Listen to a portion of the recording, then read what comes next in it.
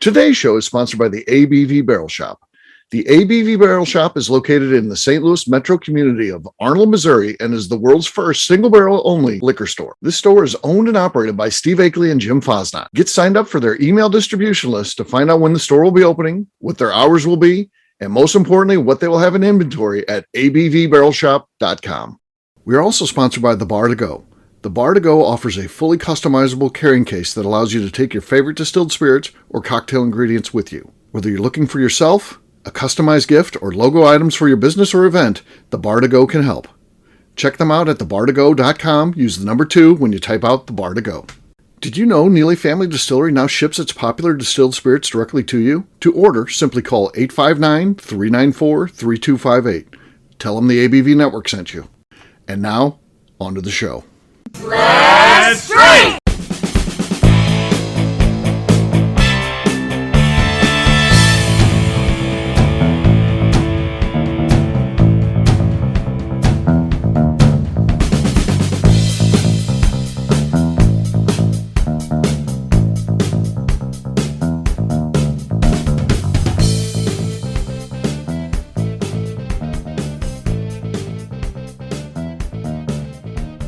Welcome to the Bourbon Daily, the podcast about everything bourbon delivered to you every day of the week. Today on the show, we discuss the assassination of U.S. President James Garfield and how bourbon made a cameo appearance in this event. My name is McNew. Please join me in welcoming my co-host, Steve Akeley, along with our special guests, Luke Otero, Jim Fosnot, and Ryan Thompson. Hey, gang, what's up? Hey, guys. How are we doing? What's up, guys? Hey, good evening. Hello. Good evening. Hello. So Garfield was a bourbon drinker? Maybe. Is it called drinking? I don't know. We'll get into exactly how that. He's a consumer. He's a bourbon connoisseur. A consumer. That was the word. Yeah, right. He's a consumer. Yeah. So it's an interesting story. Well-written article. If anybody's got the article, we got to give the name of the author on that. And it's online, and it's good. And really a lot of good information there that I had no idea. And if you're not really into history, it's okay. This article is good enough where you really will be engaged by it if you check it out. But before we get that, Luke said there's something he wanted to talk about. What is that, Luke? Yeah. So I went back to, because I've had a lot of time, Steve, and everybody, that I've listened to some old podcasts, and I remember listening to one that was early. I think it was 2016, Steve, Mm-hmm. that you guys talked about on the show. What bourbons would you serve your friends, I think, at your house, or, in cocktails, this, that, and the other.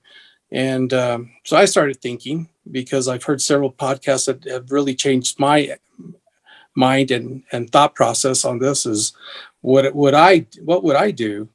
So just recently we had a friend over, and when we go to their house, they bring up top shelf stuff, and however we want it, they just let us have it.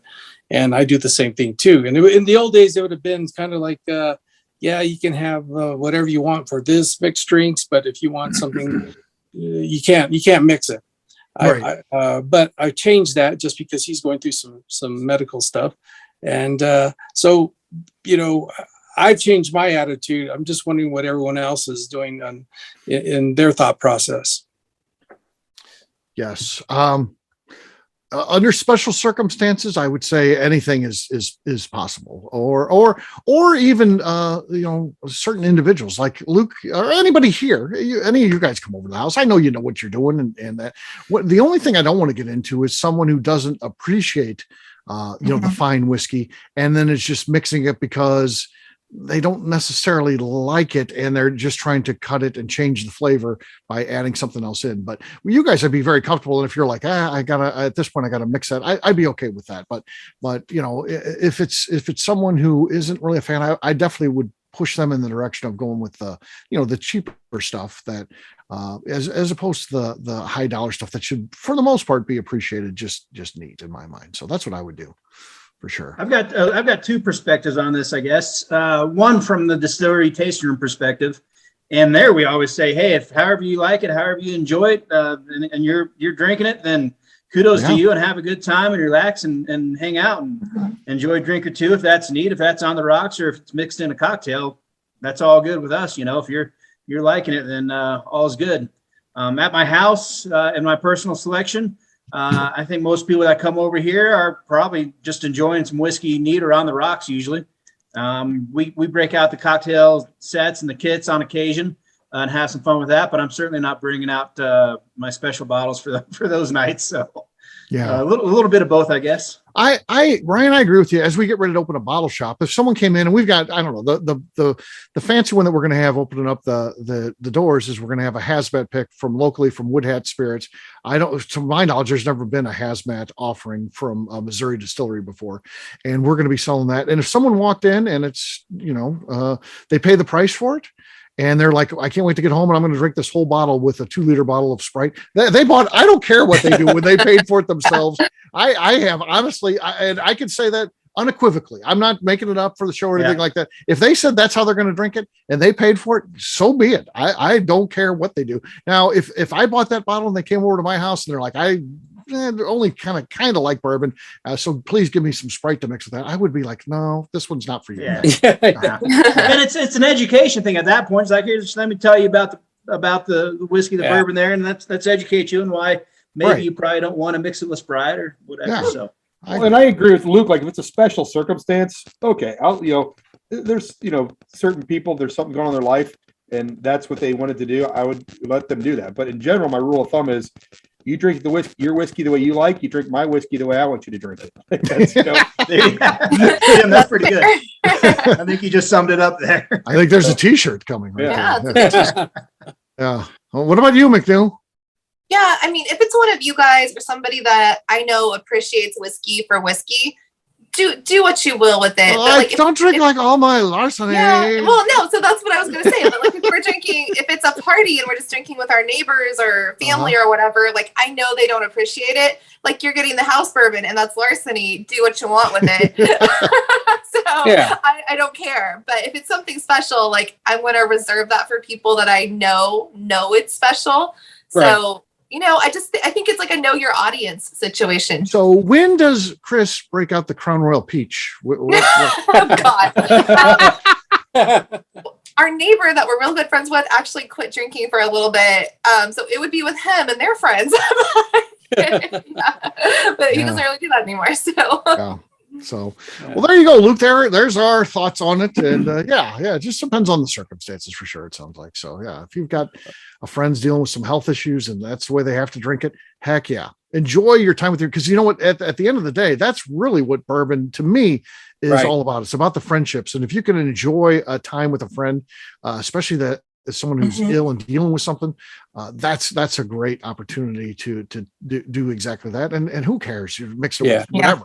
That in the scheme of things, that really doesn't matter at all. I'd rather have the time with a friend than you're absolutely right. Yeah. All right.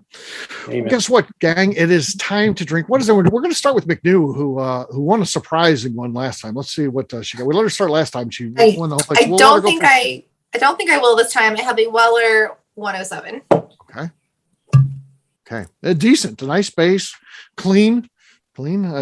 So let's go. I'll go next. I got Penelope here. This is a barrel strength 115 offering from those guys. Let's see what we got. Oh, I think we have a new leader. That was Chris. That is a winner. All right. Next up is Jim. I'm doing a well-loved bottle of Old Elk, so not expecting a whole lot from this. We'll see. Okay. No, not enough. Ryan, you're next. All right. If this one doesn't do it for me, I don't know what's gonna. But I'm excited to open it. I was over at our neighbor's distillery over in Breckenridge just about 2 weekends ago. So I got Breckenridge's. It's their Powder Hound. Yeah. Right? That's good. I got one of those somewhere. Yeah. Do you? Okay. Yeah. It's 90 proof. It's basically their Distiller's Select. It comes with a nice little dog tag there. Oh. I didn't get that on mine, but mine was a gift. They might have kept that. So here's mine. No dog tag. Yeah, fair enough. So let's see here. Let's see what we got. Okay. It was cute, but not enough to take that. I feel like that probably sounded better on Ryan's end than it did ours. Like it did sound like there was some mic muffle going on. Yeah. The mic muffle. I need a microphone. I definitely need to invest in a microphone to win some of these deals. Yeah. All right, Luke, you're last but not least. What do you got? My friend Mike Gonzalez gave me this bottle of Kentucky St. Owl Patrick's Day. That's edition. yeah. So I'm finally cracking it for the first time. So okay. let's see. Oh, That's the winner. Yeah. I think that was enough. That was loud. Is everybody okay? Luke, you got to do a warning next time so people cover their ears. So, Yeah, so we know. yeah. So yeah, that's dangerous. So hopefully That's one of the everyone's best I've heard. Guys, Yeah. There you go. Cheers, gang. cheers. Cheers, guys. All right, we're gonna ask Luke what he thinks of that. I just got a bottle of that. We're doing an event though. Ah, it's coming. That's Is it really good? good too. Okay. I'm Wow. looking forward to that. I've heard a lot of Yeah. good things about that, so I'll be interested to try it. All right, That's my buddy Steve- Mike Gonzalez. Yeah. Mike Gonzalez. Steven, okay. just for the record, I think I could pull up any bottle and say this is what I'm drinking at. You'd be like, "Oh, I got one of those bottles right over here, right over here. I got one. I don't have to leave my Doesn't matter chair." what it is. I do have everything in reach here. There are easily 200 bottles right around me, so it's You got a it's good all, seat there, sir. You got a good seat. all around here. Yeah. See, have you seen there's like this viral video? It's like people put these cups of waters in their hallway and like expect their cats to get around them.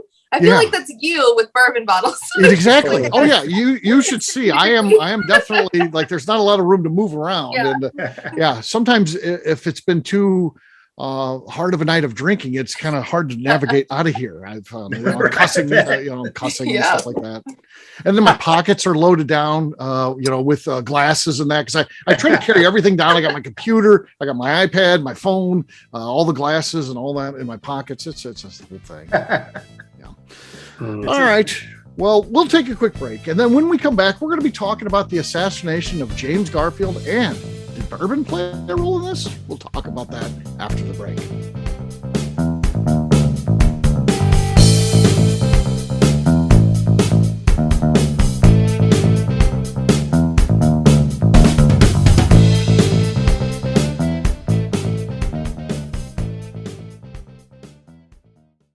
Let's talk about the people who make these shows happen.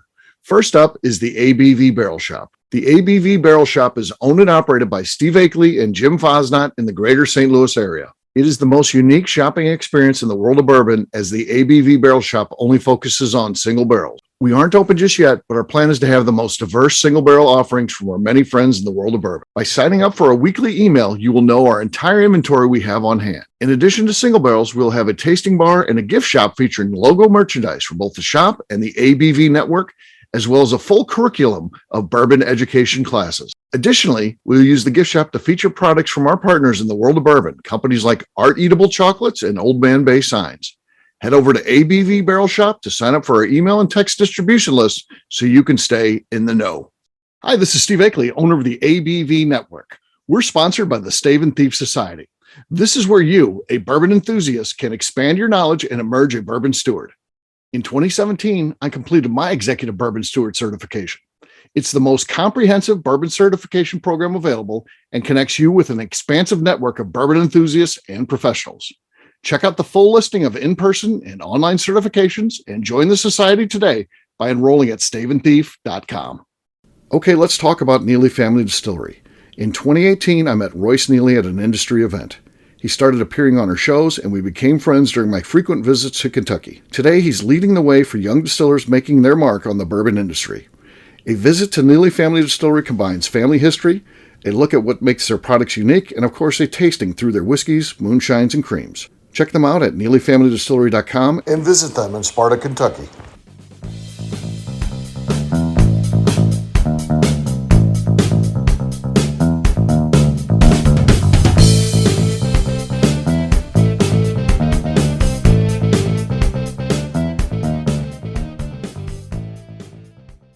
This is Kathy Cool. You're listening to the Bourbon Daily.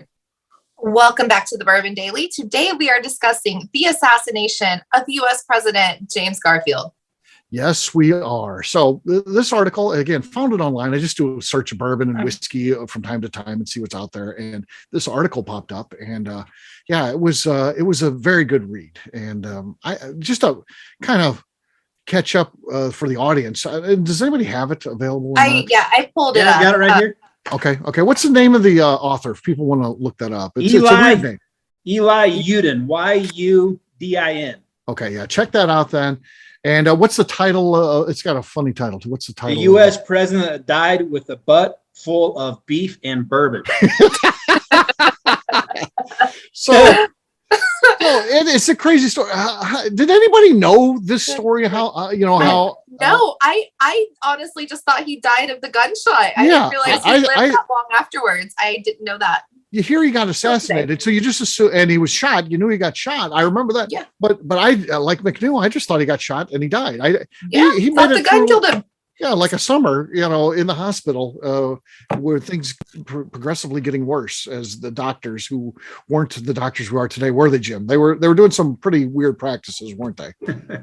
I don't think they knew what they were doing. Yeah. Yeah.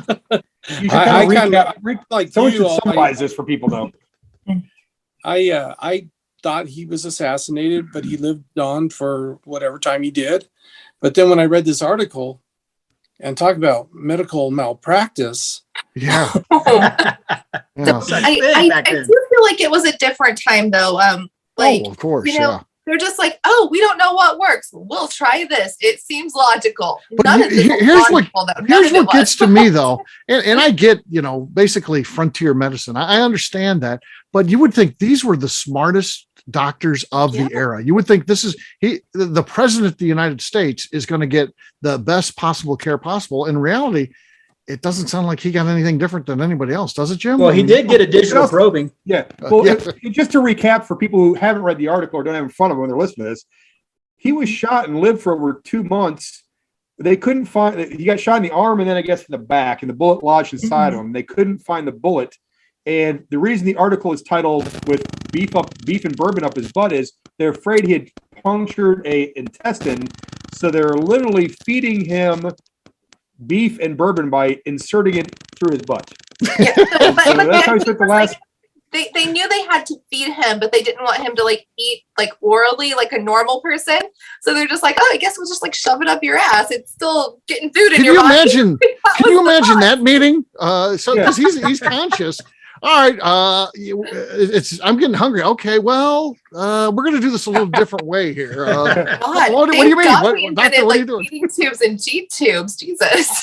There's a whole South Park episode around that. So yeah. Well, I mean, you're right. They didn't have the medical technology, but they had some technology. Alexander Graham Bell, he brought a metal detector. Yeah. Yeah. But the doctor told them it was on the wrong side, so they missed it. Yeah. They're reaching inside the president up to their elbow, searching for. Yeah. It went from being a bullet. Jim, they gave it a fancy name. Yeah. Digital probing. Yeah. Digital probing. Yeah. Yeah. With unwashed hands, you're just like, oh, I delivered a calf today. Let me just dig as a president afterwards. Yeah. And, of course, a bullet wound is going to be relatively a small wound. But by the time they're said and done, he has a 2-foot long gaping wound, and that people are coming in every time they come in there. They're reaching their hand in there to see if they can, and they're looking on how they end up looking on the wrong side. How do they not figure some sort of trajectory which way the bullet went? Bullets do bounce inside. I'll tell you that. I've shot deer and they go in one spot and they come out the bottom, whatever. So that happens. I get that, but at some point, wouldn't you be like, well, bullets can go a bunch of different ways. Maybe this one took a different path. Let's check somewhere else. Instead of being like, no, we're going to get it. And you would think we'd be like, how do we do the least amount of damage? We're like, I don't know. Let's just stick 5 hands in this guy. That's probably fine. And go back to Luke's point. Alexander Graham Bell shows up. And you know what? And again, if we think about what Jim just said, they should know this, that a bullet can bounce. And this isn't modern technology that tells us that, I wouldn't think. But he's got this metal detector and they only check one side, and that's not the side it's on, so it doesn't detect it. They say if they would have turned him over and checked the other side, they would have then found it with that metal detector, even though it's rudimentary technology compared to the X-ray machines or metal detectors of today. But they didn't do that. I mean, the only thing I came to a conclusion after this all said and done, this is just me though, is those doctors have to be drinking a lot of bourbon themselves, which I will. That's okay with me too. Right. So here's my thing. Right now, there's some great grandchild out there of the doctor that's walking around going, "Oh yeah, my great grandfather was the one who put bourbon up President Garfield's ass. Like, that person exists out there right now. Like, that has to be a family story, right? Like, you Right. gotta pass that I one down. would think so. Yeah. Yeah. And this was a time where they're just like, oh, you got ghosts in your blood. Like, do some cocaine about it. Like, they were just like throwing shit totally. Yeah. Like, you know what? Yeah, when you got in can't too much fix pain, you, we but get we a want you to cocaine not shot. remember it. So Yeah. they were just throwing whatever they could at you. Yeah, cocaine straight into the spine. They said. Yeah. My God. I don't think the doctors wanted to remember it either. They were, to Jim's point, they were probably drinking as much bourbon as. Oh, for sure. Yeah. Yeah. And McNew, the killer then ultimately goes on trial, but he had the best line, didn't he? Yeah, he was just like, all I did was shoot him. I didn't kill him. It was something Yeah. along The doctors those killed him. And the guy was technically, I think he was right because Yeah. lines. Wasn't again, wrong. this guy consulted some doctors of modern day and they said, he, in reality, he probably should have been out of the hospital in 2 or 3 days, but Yeah. And like, I just really think like, we know now, like, like if you get like a glass shard in your foot, or even if you get a bullet stuck in you for some reason, that's probably either your body's going to absorb it or it's going to work its way out in like 10 years. You can probably just live with it if it's not poison or dirty. yeah. Yeah. I mean, I just want to know who decided, hey, we're going to put bourbon up his ass. Like that. yeah. Like, How does that's the still- bourbon fit in? That's still a thing. Bourbon. Unfortunately, when I read this article, that I had to do a little research online, and it is a thing. Like you absorb it significantly quicker. It doesn't go through your liver, so you get a lot more alcohol in your bloodstream faster. Yeah. You won't throw up from it because it's not in your stomach. Right. But you can overdose much easier from alcohol poisoning because you absorb so much more. Unfortunately, that way, I don't think you get to enjoy the taste. I've never done it, so Yeah, I don't know exactly. I don't think you're getting taste. But I don't think you're. So yeah, why were they putting the bourbon in there? I mean, I get the food if he's not eating, and they're saying, well, he can't eat because it's his intestines may be leaking. Was that pain management? Maybe. Maybe I don't know. for the numbing effect. Yeah. I Yeah. also don't get. Yeah. I also don't get the food though, because if you had any idea how your digestive system works, you're on the wrong end. Like it's there's no point in going that way. Like I just don't know. Your stomach's not going to get it. All those organs aren't going to process it. And maybe the bourbon was like his dying last wish for one more drink before he was expired, Maybe. right? I don't know. Yeah. The best is the closing line where the doctors, as he passed away, tell the wife, we did all we could. Well, Steve, I've got it here, so let me just read it word for word. Okay. Word. With the gunshot wound that had now been expanded to almost 2 foot long incision, with beef bouillon leaking out of his ass, and he told his wife, "We did everything we could." Just a small detail there. We did. Wrecked him. Damn near killed him. Yeah. So I don't know. Like- To me, what I like about that article is it's really history, and it tells you really how it was. I mean, history books aren't going to get into the No. details of the. Yeah, that wasn't in my middle school No. history book. Right. No, it beef wasn't. Bourbon up the butt. So yeah. My God. So That's yeah, one yeah, hell there of you a way go. to go out. Yeah. Yeah. And like he was the president. I'm sure he was like a well-respected man. Could you be like the doctor that is like this most respected man in the country? Let me just shove this up his ass. Just, how are you that person? That was the first Air Force One was what that shot. I don't know if he was a Democrat or Republican, but it was probably the other party. You said, "Hey, here's how you treat it." Here's an idea. Yeah. Yeah, Luke, there's a picture of what they used in the, in the article. I can find it out. Oh my God, it's horrible. It's just horrible. It looks like it looks like a syringe kind of, but it looks very like heavy, like thick metal. It does not look like that would be a pleasant experience. It looks like a cocking gun. Yeah, it does. You said caulk, right? You lead. said caulk. Yeah. Yes. Yeah. So You there you go. pronunciate. I mean, that's the rest of the story when it comes to James Garfield. I mean, he got shot and died. I don't know that whose fault this really was. I think the killer might have had a point there, but back in those days, it didn't help him. He was convicted. So No, there's like a lot of like elementary schools called like Garfield Elementary. Like I'm gonna drive by one someday and be like, "You can bourbon up the ass." Like, that's how they would Totally figure it right. out. Yeah. Absolutely. Yeah. drop this handoff in their mailbox and see. Like, you should change your name like now. Teach Jason American history. Yeah, McNew, just do a Google search for all the Garfield schools and then just email Just blast. send out letters. Yeah, just email some blast letters. an article. Yeah. There you go. Well, there you go. Who knew bourbon would play a role in this? And it's the first presidential use. I can't say drinking. It's the first presidential use of bourbon that I'm aware of. So there you go. Well, there's one last thing I think I learned, and this is actually where the ass comes from in assassination. Is that correct? Yeah. That's why it became Putting the ass in assassination. Yes. Yeah, it was. That's for sure. So yeah, there you go. There you go. It's actually, so I've never actually like looked at this word. It's in there twice. It's really like ass. Exactly. They're trying to tell you. They're trying to tell you what happened. But Yeah, now we know. All right, we'll wrap this one up as we always do by talking about where people can find us. Ryan, we'll start with you. Where can people find you? Sure, across all socials at Tent MTN Whiskey with an E. Online on our website, tentwhiskey.com. All right. Jim. You can find me on Facebook at Jim Fosnot. You can find me on Instagram at FosJim, or you can find me working hard at the ABV Barrel Shop to get this thing open. All right. You've been working so hard, maybe, but you probably shouldn't even eat. We'll just give you the beef.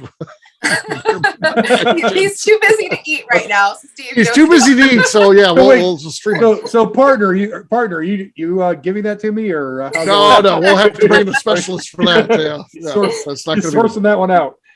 Yeah. Well, that'd be for sure. All right, Luke, how about you? Where can people find you? You can find us at Instagram at Santa Fe Boutique Wines and Luke Otero at SantaFeBoutiqueWines.com. All right, McNew. I am on Instagram at McNew ABV. All right, for me, I'm easy to find. I'm at Steve Akeley on Twitter, Instagram, or Facebook. I've got a website, steveakeley.com. The important website, though, is abvnetwork.com. Check it out because everything that we do is out there. Our shop is out there. Our blogs are out there. You can even click over to the ABV Barrel Shop out there, or you may just want to go there direct. That's abvbarrelshop.com. And, of course, our flagship, abvnetwork.com. Check out both of those. That'd be good. All right, McNew, anything else to say before we get out of here? I would like to remind the audience to please give us a 5-star review. That includes comments. It helps new people find the show, which is very important to us. And if you like what we're doing, we ask that you please visit our Patreon page at patreon.com/the ABV Network. All right, great job today, gang. Farnes, we'll have a brand new show for you tomorrow. Looking forward to that. Until then, take care, everybody. See ya. Bye. Cheers. Adios. Peace.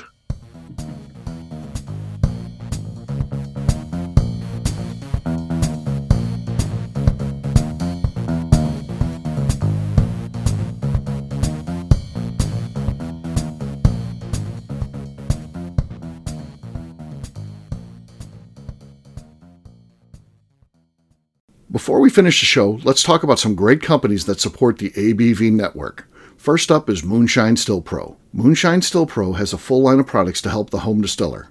Whether you want to experiment on the stove in your kitchen or you're looking for a bigger setup in your backyard, owner Russell Creed and his team can help. They have multiple still offerings, accessories, and even grain from their partners at Goldstone Mill to assist you in making whiskey on par with your favorite distillery. They can also help you with some fabricated parts you probably can't make yourself if you are attempting a DIY still project. Learn more or order your still or parts at moonshinestillpro.com. Another friend of ours is the Goldstein family at Goldstone Mill. The Goldsteins offer a variety of heritage and heirloom grains to make the finest whiskeys in the world. Plus, they are more than just a grain company. They are truly consultants to make sure the grains they are providing to you or your business meet your highest expectations. Additionally, they work with mills around the country, ensuring shipping is as low as possible for their customers. If you're a distillery, brewery, or even doing this at home, Goldstone can assist you. Check them out at goldstonemill.com, call them at 217-254-6613, or check in via email at hello@goldstonemill.com. Last but not least is the ABV Barrel Shop. While we don't get to play in the allocated bourbon game because we aren't selling the other products you have to do to get those, we do have access via our friendships in the bourbon industry to some really cool stuff. Have you ever seen your favorite craft distiller selling some really cool limited offerings only in their gift shop? I'm talking things like the hazmat offering Distillery 291 did for their 10th anniversary, or Neely Family Distillery's upcoming Papaw's Birthday Barrel. They don't have enough of it to send it out to distributors, so they only sell it via their gift shop. Well, companies like Distillery 291 and Neely Family Distillery have agreed to sell us 2 or 3 cases of these offerings moving forward, meaning our store will have the access to some of the rarest whiskeys in the world. Way more difficult to come by than the allocated bourbon offerings with the national release. Yes, they will be extremely tough to come by, but if you're a customer of our store, you'll have a chance to get them. Get signed up for our email or text list over at abvbarrelshop.com so you don't miss out. The Bourbon Daily is part of the ABV Network. For more information or to become a sponsor, please visit abvnetwork.com. Thanks for listening and cheers. This has been a Steve Akeley production.